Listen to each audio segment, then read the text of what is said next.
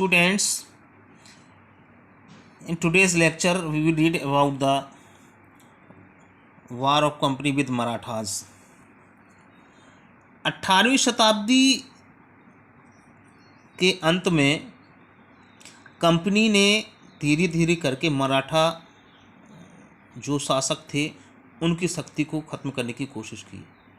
जब तीसरे पानीपत के तीसरे युद्ध में 1761 में मराठा हारे, तब उनकी जो योजना थी दिल्ली पर शासन करने की वो धरी की धरी रह गई। और इसके बाद वो सभी मराठा जो शासक थे वो अलग अलग उन्होंने अपने अपने राज्य बना लिए, और जो अलग अलग डायनेस्टी से आते जैसे कि सिंधिया, होलकर, गायकवाड़, भोंसले, इस तरह से अलग अलग राजा ने अपने अपने अलग अलग शासन बना लिए थे।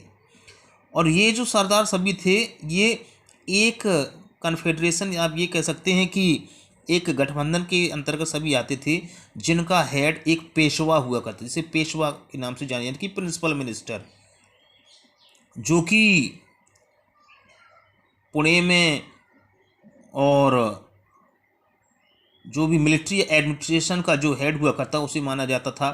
महादजी सिंधिया और नाना फडणवीस दो ऐसे फेमस मराठा योद्धा हुए हैं जो कि 18वीं शताब्दी में ही मराठाओं के साथ बहुत सारे उन्हें युद्ध लड़े और योजनाएं बनाई।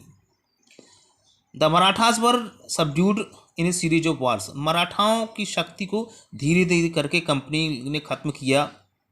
पहला युद्ध 1782 खत्म हुआ, जिसके बाद सलवाई की संधि हुई और उसमें कोई भी सही रूप से विजेता नहीं हुआ।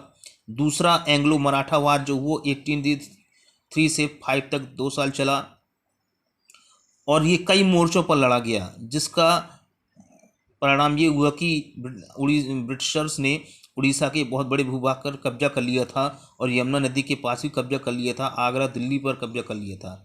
आखिरकार तीसरा एंग्लो मराठा वार जो हुआ उसने पेशवा को भी हरा दिया और पेशवा को वहाँ से हटा करके कानपुर के पास बिठूर भेज दिया गया और उन्हें केवल पेंशन दे करके उनको वहाँ रखा गया।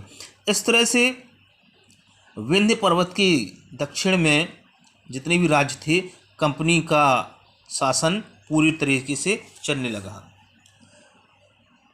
अब इससे पता चला कि 19वीं शताब्दी की शुरुआत में कंपनी और भी ज़्यादा एग्रेसिव हो गई कि अपने क्षेत्र का विस्तार करना चाहिए, शासन का विस्तार करना चाहिए। लॉर्ड वॉरेन हेस्टिंग्स नया गवर्नर जनरल बना जब भारत के 1813 में, उसने एक नई पॉलिसी लागू की, पैरामाउंट्सी की, और उसमें यह था कि वो जो कंपनी होगी वो सभी राज्यों की सुप्रीम पावर होगी, उसी की इजाज़त से ही सभी कार्य किए जाएंगे और सभी राज्यों से उसकी ताकत ज़्यादा आंकी जाएगी।